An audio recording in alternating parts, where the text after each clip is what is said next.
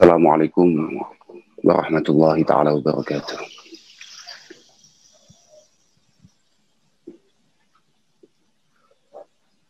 Alhamdulillah wassalatu wassalamu ala Rasulillah Sayyidina Maulana Muhammad ibn Abdullah wa ala alihi wa ashabihi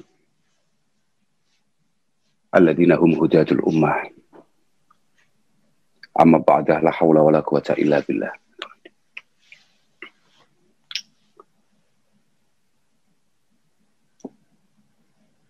Yang kami muliakan segenap para masyayikh, para habaib, para kiai, wabil khusus Simbah Yatim Rabi Rais,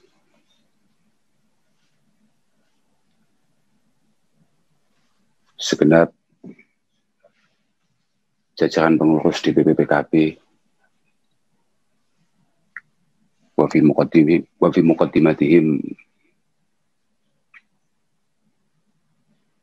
Agus Abdul Muhaimin Iskandar, dan seluruh kader partai PKB dimanapun Anda berada. Alhamdulillah pada malam hari ini kita bisa bersilaturahim secara virtual. Semoga silaturahim kita ini benar-benar diterima oleh Allah Subhanahu wa taala, mardiyah makbulah indallah Subhanahu wa taala, dan yang paling penting karena acaranya adalah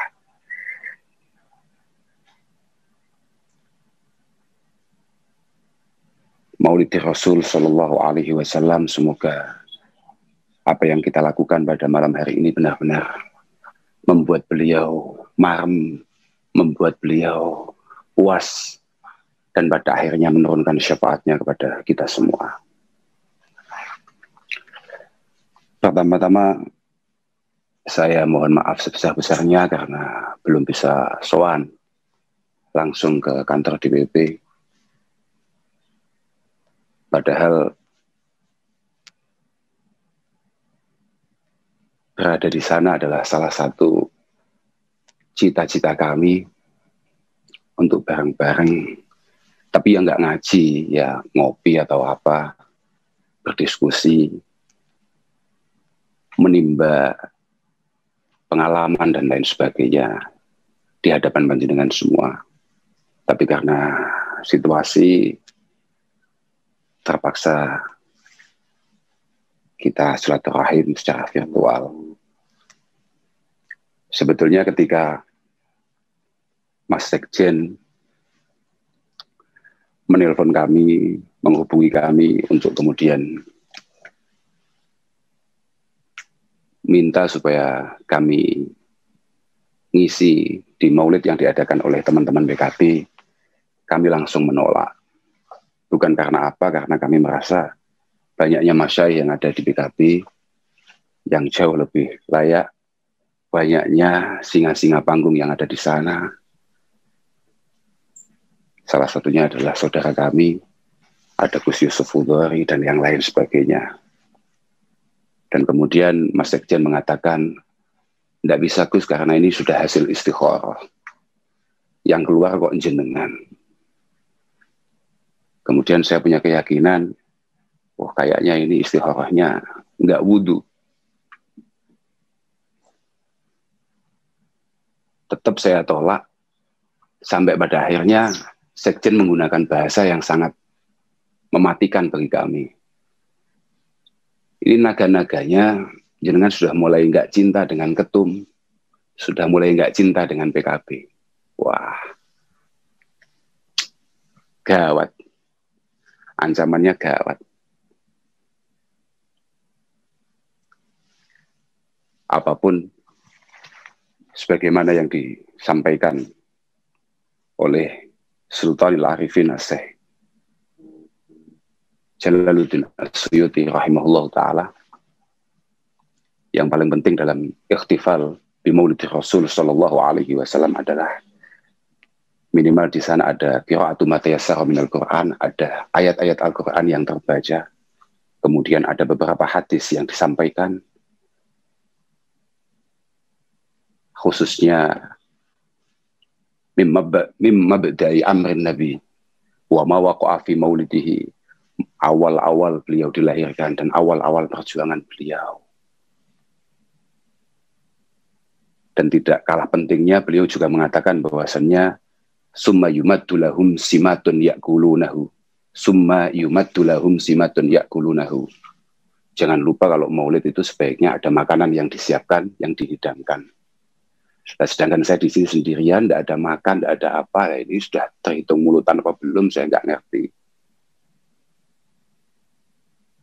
Sebelum Gus Muhaimin mengadakan, jauh sebelum beliau mengadakan, Maulid Akbar pertama kali diadakan itu oleh Malikil Muzaffar, penguasa tanah Arbil, mungkin sekarang di wilayah Irak. Beliau mengadakan maulid yang sangat luar biasa. Bahkan Al-Imam Abi Bakar bin Muhammad Syatwa mengatakan, ihtifalan ha'ila, sebuah perkumpulan maulid yang sangat menakutkan, yang sangat dahsyat sekali, dalam rangka menyemangati perjuangan kala itu. Dan beliau memerintahkan beberapa ulama untuk menulis tarikh Rasulullah Shallallahu Alaihi Wasallam, dan yang paling populer adalah taklifan atau karangannya Al-Imam Ibn Tihyah Al-Kalbi. Kemudian dikasih nama At-Tanwir fi Maulidil Basyirin Nadhir. Karena beliau sangat puas dengan karya itu, kemudian beliau minta untuk dibacakan di hadapan khalayak ramai, diberi hadiah luar biasa. Diberi hadiah sekitar 1.000 dinar kala itu. Mungkin dari sanalah kemudian kalau bulannya sudah masuk Rabiul Awal, bulan Maulid begini, para khutbah, para dai-dai, tukang pidato, biasanya agak panen, itu mungkin sunnahnya dari sana. Makanya tadi Ketum mengatakan bahwasannya saya dengan sangat terpaksa menggagalkan acara di mana terkait masalah maulid. Tidak, saya tidak menggagalkan siapa-siapa. Saya itu memang agak menghindari undangan maulid, karena kami-kami yang tukang ngoceh ini biasanya sudah 11 bulan hanya dengan qala Allah Ta'ala wa qala Rasulullah Sallallahu Alaihi Wasallam, biasanya pulang sudah dapat sesuatu. Makanya kalau bulan maulid saya sangat tidak tertarik untuk kemudian mendatangi acara atau apa. Masa bulannya bulan maulid yang dijual Rasulullah tetap mendapatkan sesuatu. Padahal kata Ma'ruf Al-Karhi, man hayya li qiraati maulid Rasul sallallahu alaihi wasallam ta'ama wa jama'a ikhwana wa awqada siraja wa labisa jadida wa tajammala wa ta'attar ta'ziman li maulidi syarif sallallahu alaihi wasallam hasyarahu Allahu ma'al firqatil ula minan nabiyyin. Orang itu kalau mempersiapkan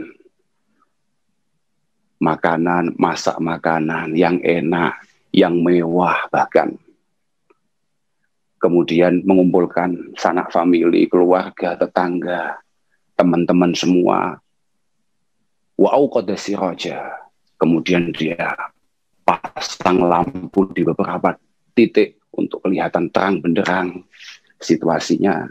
Wala bisa jadi dia pakai baju yang baru, paling tidak sepantasnya, wa tajammala wa ta'attar, dia bersolek, dia pakai parfum. Ini luar biasa. Hasyarahullahu ma'al firqatil ula minan nabiyyin. Derajatnya akan sangat dekat di hadapan Allah bareng-bareng dengan para anbiya wal mursalin. Nah itu saya pikir-pikir itu bukan kiainya, itu panitianya. Itu panitianya. Lah kiainya nggak jelas kiainya. Nasibnya gimana itu nggak jelas.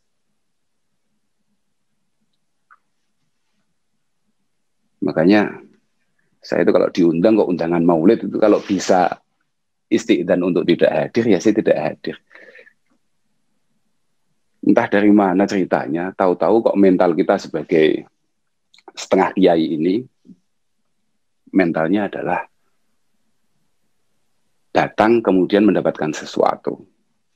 Padahal misalnya ya paling populer misalnya kayak apa yang disampaikan oleh Hasan Al-Basri rahimahullahu taala. Waditu law kana li mislu jabali Uhudin dhahaba la anfaqtuhu li qiraati maulid Rasul sallallahu alaihi wasallam. Saya ini berharap punya uang yang cukup banyak untuk kemudian saya infakkan, saya keluarkan untuk pembacaan maulid. Mental-mentalnya semacam itu, Tum. Tapi entah kenapa hari ini kok kemudian ya enggak tahu situasinya kok begini nih. Tapi ya enggak apa-apa.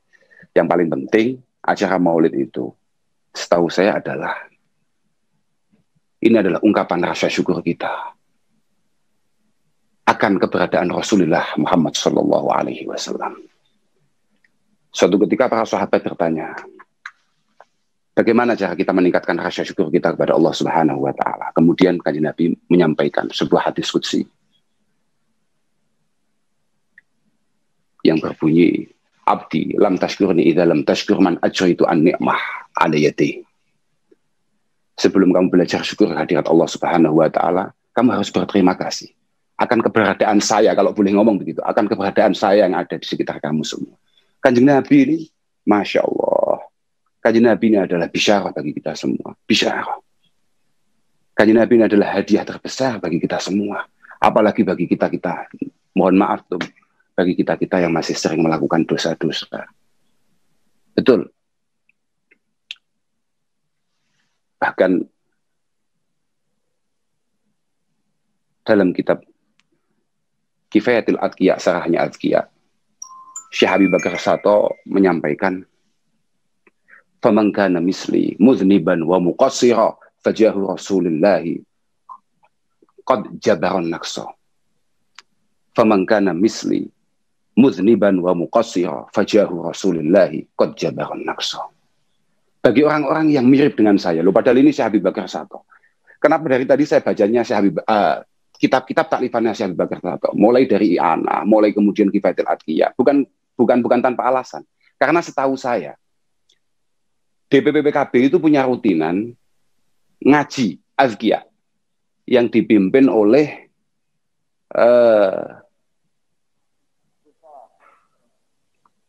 tokoh sentral bidang logistik dan spiritual Kiai Haji Abdus Salam Shahib. Betul Tom ya? Nah, itu ngajinya adalah Azkiyah. Kenapa dari tadi yang saya sampaikan itu?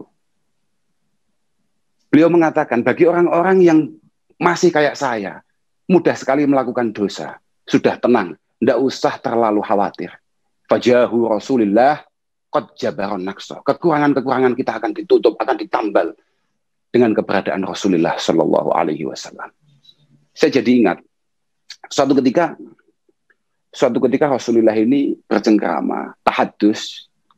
Kalau kita mungkin yang ngopi-ngopi sama salah satu sahabatnya namanya Abdullah bin Amr bin As. Kemudian beliau membacakan ayat terkait apa yang dihaturkan oleh Mbah Nabi Ibrahim kepada Allah Subhanahu wa taala. Rabbi innahunna adlalna katsiran minan nas. Faman tabi'ani fa innahu minni wa man 'asani fa innaka ghafurur rahim. Ya Allah, ini kayaknya berhala-berhala ini sangat mempengaruhi pemikiran umat-umatku. Faman tabi'ani fa innahu minni. Tapi siapapun yang ikut saya tolong selamatkan. Wa man 'asani fa innaka ghafurur rahim. Kalau dia tidak mau ikut saya, jenengan kan maha pengampun. Tolong tetap dimaafkan. Kanjeng Nabi diam sejenak, kemudian jagongan lagi. Terus nyampe di ayat yang disampaikan oleh Nabi Isa. kehadirat Allah Subhanahu wa taala. In tu'adzibhum fa innahum ibaduk wa in taghfir lahum fa innaka antal azizul hakim. Kanjeng Nabi langsung mengangkat tangannya. Farafa ayadaihi summa qala Allahumma ummati ummati wa baka. Setelah menyampaikan itu Kanjeng Nabi kemudian menangis. Dipanggillah malaikat Jibril. Ya Jibril idhab ila Muhammad fas'alhu ma yubki. Jibril, kamu sekarang ke sini. Kamu sekarang berangkat ke Muhammad, tanya, itu apa yang menyebabkan nangis? Apa yang membuat Muhammad menangis? Wa rabbuka a'lam. Wa rabbuka a'lam. Padahal Allah Subhanahu wa taala sudah mengerti betul apa yang membuat beliau Rasulullah Muhammad sallallahu alaihi wasallam menangis. Jibril langsung berangkat. Ya biasalah. Ya kayak misalnya ketum tugas. Itu coba dicek perintah sama kadernya. Itu coba dicek di daerah A. Itu kenapa kok calon itu kok elektabilitasnya nggak naik-naik. Kok surveinya tetap aja malah cenderung turun. Coba cek. Walaupun ketum sudah tahu. Walaupun sudah ngerti betul alasannya apa, mungkin calonnya itu agak pelit atau bagaimana, sudah. Kader tetap berangkat, nggak usah banyak tanya. Dari dulu itu ya pokoknya ya ketum itu bebas. Bebas, tidak apa-apa. Ya harus begitu itu. Lah kader juga harus habis-habisan untuk ikut. Ketika sudah nyampe, singkat cerita, ternyata Kanjeng Nabi ndawuh nih, ummati. Saya mengkhawatirkan umat saya. Pokoknya saya pengen umat saya harus selamat. Umat saya harus selamat.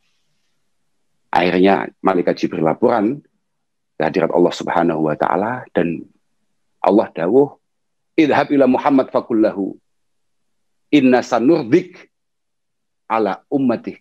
Inna sanurdika ala ummatik wala nasu'u. Inna sanurdika ala ummatik wala nasu'u.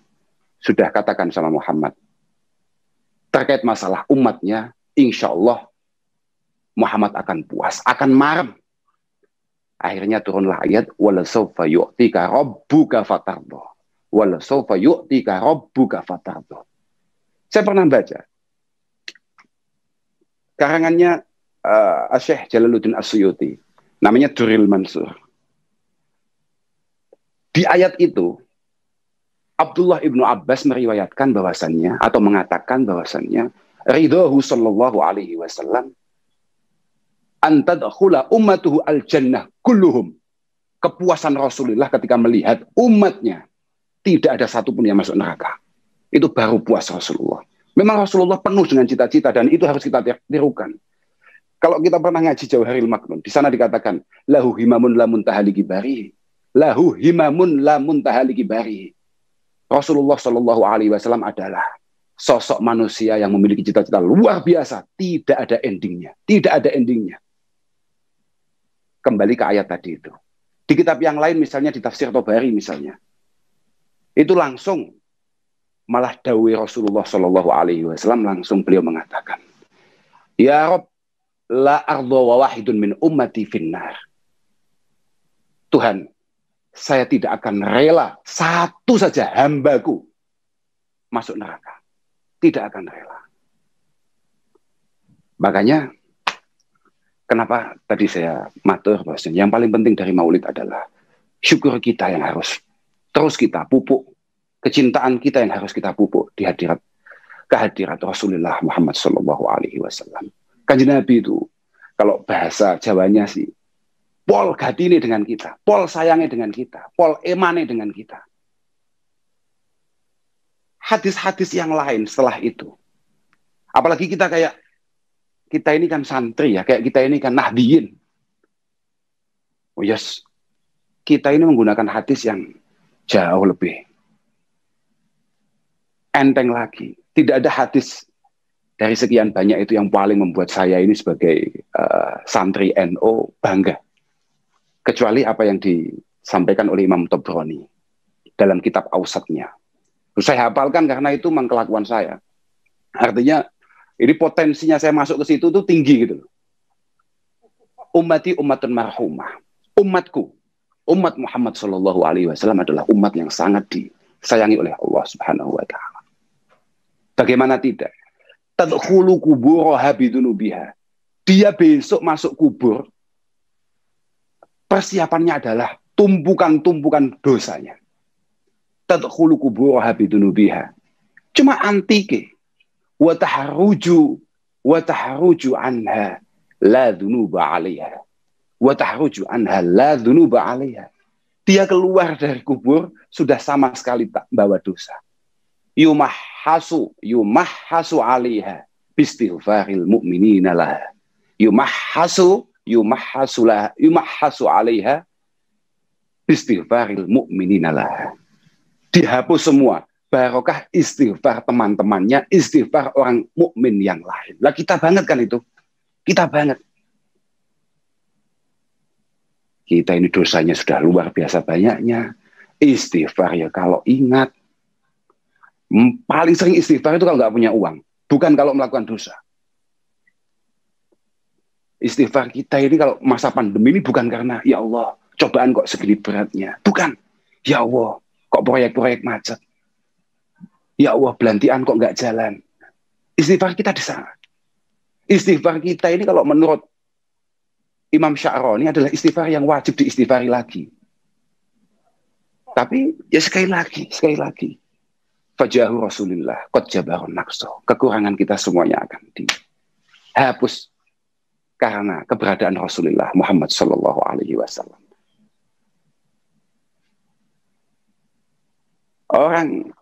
Saya punya cerita ya. Saya punya cerita. Saya dikasih waktu berapa menit ini? Oh gitu ya. Ya jangan bebas gitu ya, malah saya belangkemen nanti. Saya punya cerita. Jadi ada preman ya. Ya ada. Begini. Kalau riwayatnya begini. Sudah saya ingat-ingat awalnya. Ini ya masih di kitabnya Syekh Habib Bakar Sato.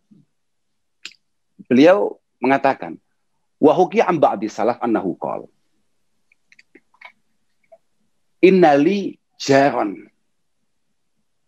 musrifan ala nafsi. Saya ini punya tetangga yang sangat nggak benar kelakuannya selama hidup. Nggak beres lah pokoknya selama hidup.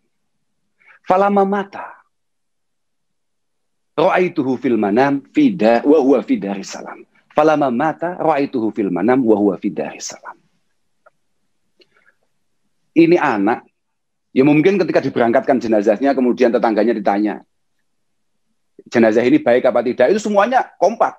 Tidak. Kompak semuanya. Tapi ternyata ba'dis salaf tadi, ketika si jenazah sudah dimakamkan, beliau mendapatkan mimpi. Si jenazah tadi itu fidaris salam. Dia berada di surga lokanya Allah Subhanahu wa taala. Fakultu lahu bimanil tahadihil mangzilah. Edul, lawakmu iku preman kok iso mlebu kene iku piye? Bagaimana kamu mendapatkan derajat setinggi ini? Ternyata dia mengatakan, hadartu majlisad dzikr. Hadartu majlisad dzikr. Saya ini suatu ketika lihat ada orang kumpul-kumpul. Ada orang kumpul-kumpul, saya pikir itu ada konser atau apa. Ada dangdutan atau apa. Atau Mas Hanif lagi main solo misalnya. Ternyata itu adalah majelis dzikir. Fasami'tul muhaddis yarwi an Rasulillah annahu qala man shalla 'alayya wa rafa'a sautahu biha dakhala al-jannah. Kemudian khatibnya yang tukang pidato, yang bagian pidato, katakan kiainya, ustadznya mengatakan atau meriwayatkan hadis dari Rasulullah, siapapun yang baca sholawat terhadapku kemudian mengeraskan suaranya wa rafa'a sautahu biha dakhala al-jannah, dia akan masuk surga. Dia akan masuk surga. Di luar dugaan si preman, tahu-tahu muhaddis itu langsung baca sholawat dan dia keraskan suaranya. Semua hadirin yang ada langsung jawab, termasuk dia. Enggak sengaja dia. Terus pokoknya semuanya ngomong shollu alaihi. Dia ikut gitu aja. Ternyata di luar dugaan, faghufira lana fi dzalikal yaum. Faghufira lana fi dzalikal yaum. Semua orang yang hadir malam itu semuanya dimaafkan. Barokah sholawat gak sengaja mau. Barokah gak sengaja baca sholawat dengan keras, dengan penuh semangat.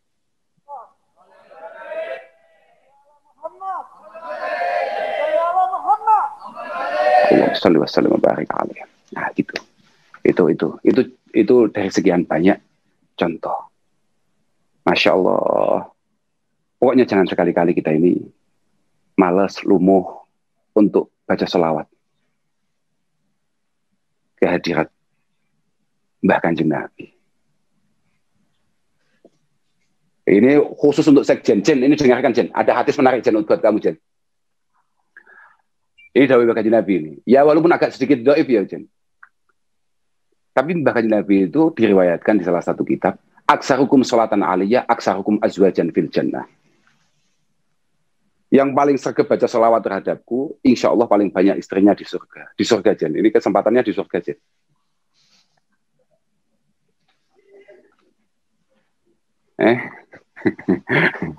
Sekjen. Besok-besok lagi kalau istikharah, wudhu Jen. Lah, iya itu, penting itu. Lah, ampun saya. Ya Allah. Masya Allah. Ya memang begitu itu. Dan masih banyak lagi lah. Kenapa kita ini harus benar-benar berterima kasih kepada junjungan kita Nabi besar Muhammad SAW. Saya jadi ingat ya, di syarahnya Hikamnya Ibnu Athaillah Sakandari, karya Ibnu Abbad. Beliau menampilkan sebuah hadis yang paling membanggakan ini, yang paling menarik ini. Syafaati li ahlil kabairi min ummati. Syafaatku itu akan aku berikan kepada orang-orang yang biasa melakukan dosa-dosa besar dari umatku. Bahkan beliau juga menampilkan hadis yang lain. Laulam tuhdribu laja'allahu biqaumin yudhnibun fayastaghfirunallah fayaghfirul lahum. Kamu itu sesekali harus berbuat salah, berbuat dosa untuk kemudian kamu itu tulus, ikhlas beristighfar kepada Allah Subhanahu wa taala. Dan kemudian pasti akan dimaafkan oleh Allah. Memang harus begitu itu. Bahkan Mbak Ihsan Jampers dalam kitab Sirajul Talibinnya beliau menyampaikan sebuah hadis. Al-mu'min man khuliqa mufattan tawwab. Orang iman itu, santri itu, nahdiyin itu adalah orang yang memang dari sononya sudah gampang salah, gampang dosa, tapi mudah sekali atau murah sekali untuk kemudian minta maaf. Ada plusnya lagi, wa idza dzukira dzakara, dan ketika dia salah dan diingatkan itu mudah menerima. Itu ciri khasnya orang mukmin, ciri khasnya santri. Makanya Al-Imam Abi Hamid Muhammad Al-Ghazali mengatakan, loh ini pegangan saya ini, Pak Sekjen. Kamat takhatta adzamba wal aud ilaihi hirfatan. Oh, ini penting ini, ini penting untuk dihafalkan, khusus satu ini. Kamat takhatta adzamba wal aud ilaihi hirfatan. Fattakhidit taubah aidan wal aud ilaiha hirfah. Sebagaimana kita ini istiqomah melakukan kesalahan dosa di hadapan Allah Subhanahu wa taala, seharusnya kita juga istiqomah pula untuk terus minta maaf. Wala takun minka fit taubah ajaza minka fit dzambi.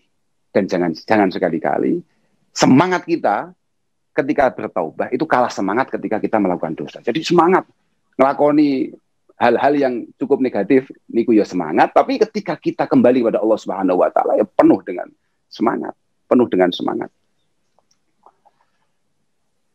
Wa kula aturaken betapa sayangnya Rasulullah Shallallahu alaihi wasallam kepada kita. Banyak sekali. Kenapa kok kita ini harus ikut bahagia akan kehadiran beliau?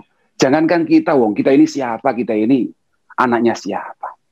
Mbah Nabi Isa saja, 600 tahun sebelum Rasulullah Muhammad Shallallahu alaihi wasallam dilahirkan, dia sudah ikut bahagia akan kabar itu. Bahkan langsung mengumumkan kepada umatnya. Wa idz qala Isa bin Maryam, ya Bani Israel.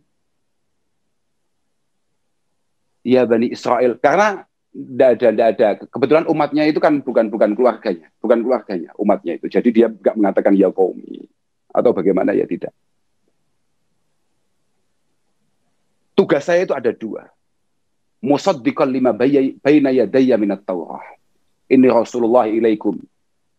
Musaddiqan lima baina yadayya minat Taurah. Untuk menguatkan kitab-kitab terdahulu, yakni Taurah, akan saya kuatkan dengan Injil. Di luar itu, tugas saya adalah wa mubasyiran bi rasulin min ba'di wa mubasyiran bi rasulin min ba'di ismuhu Ahmad.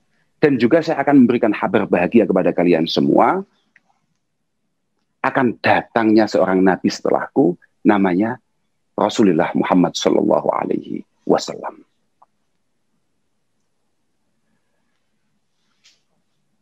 Makanya jangan kemudian kita ini terpengaruh atau bagaimana ketika banyak orang mencibir acara-acara kita. Sudahlah.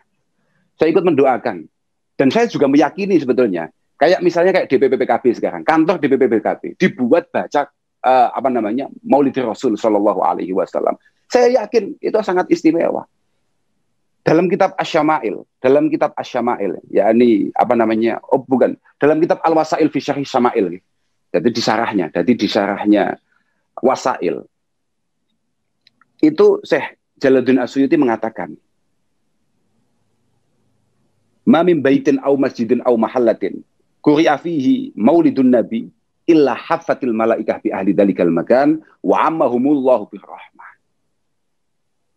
Di mana tempat di situ dibaca Maulid Rasulullah Shallallahu Alaihi Wasallam pasti akan dinaungi oleh para malaikat, dan yang paling penting akan diturunkan rahmat Allah Subhanahu Wa Taala ala ahli dalikal makan. Dan orang-orang yang berada di situ akan selalu mendapatkan rahmat Allah Subhanahu Wa Taala. Makanya semoga DPP PKB, kader-kader PKB, semuanya, segala cita-cita, segala urusan dan segala muskilatnya dimudahkan oleh Allah Subhanahu Wa Taala.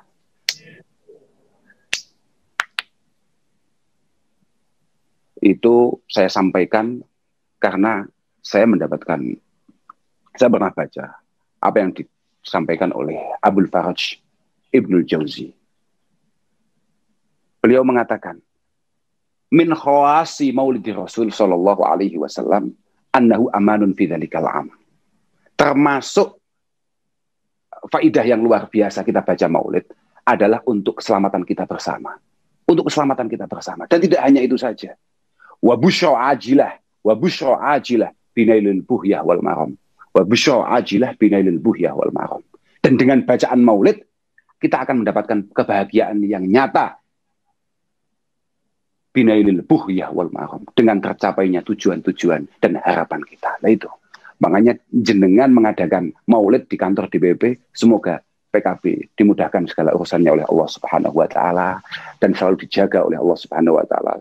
Muga-muga kabeh sehat, ketum sehat, semua anak buahnya sehat, semua jajarannya sehat. Pak Menteri, Pak Menteri ini asmane? Pak Agus. Mugi-mugi Menteri Perdagangan, ya, moga-moga lancar Pak Agus, moga-moga selamat. Masya Allah, penting nih sehat selamat itu kalau kata Ibnu Abbas, tidak ada bandingannya. Saya tidak akan pernah menggantikan apapun, menggantikan keselamatan. Nah, kalau kata Luqman Al-Hakim, la ni'mataka shihah wa la hinakati bin nafsi. Tidak ada nikmat melebihi sehat. Sehat. Semoga semuanya diberi kesehatan oleh Allah Subhanahu Wa Taala, dan semoga barokah maulid yang diadakan PKB untuk bangsa ini, moga-moga pandemi ini segera berakhir dan panjenengan bisa kembali beraktivitas sebagaimana normalnya, sebagaimana mestinya. Saya pikir dari kami ya, cukup itu yang bisa kami sampaikan. Saya kalau ada keliru-kelirunya, saya mohon maaf. Karena ternyata benar Pak Sekjen, jenengan itu harusnya datang ke Jakarta. Kalau nggak datang ke Jakarta, nanti tidak bisa gerak-geran. Memang saya itu gimana ya? Saya itu kalau ngaji itu, saya niati hiburan. Nggak pernah saya niati ngaji. Ternyata kalau di sini terus ngomong, menghadap TV, menghadap kamera, bingung saya. Nggak bisa dengar ketawanya Mas Hanif. Senyumnya bagaimana saya nggak lihat, itu senyum apa males, apa mules, saya nggak ngerti. Masya Allah. Dan tidak lupa saya meminta kepada semua kader-kader PKB untuk terus mendoakan para masyayikh kita. Semoga selalu diberi kesehatan oleh Allah Subhanahu Wa Taala. Selalu dijaga.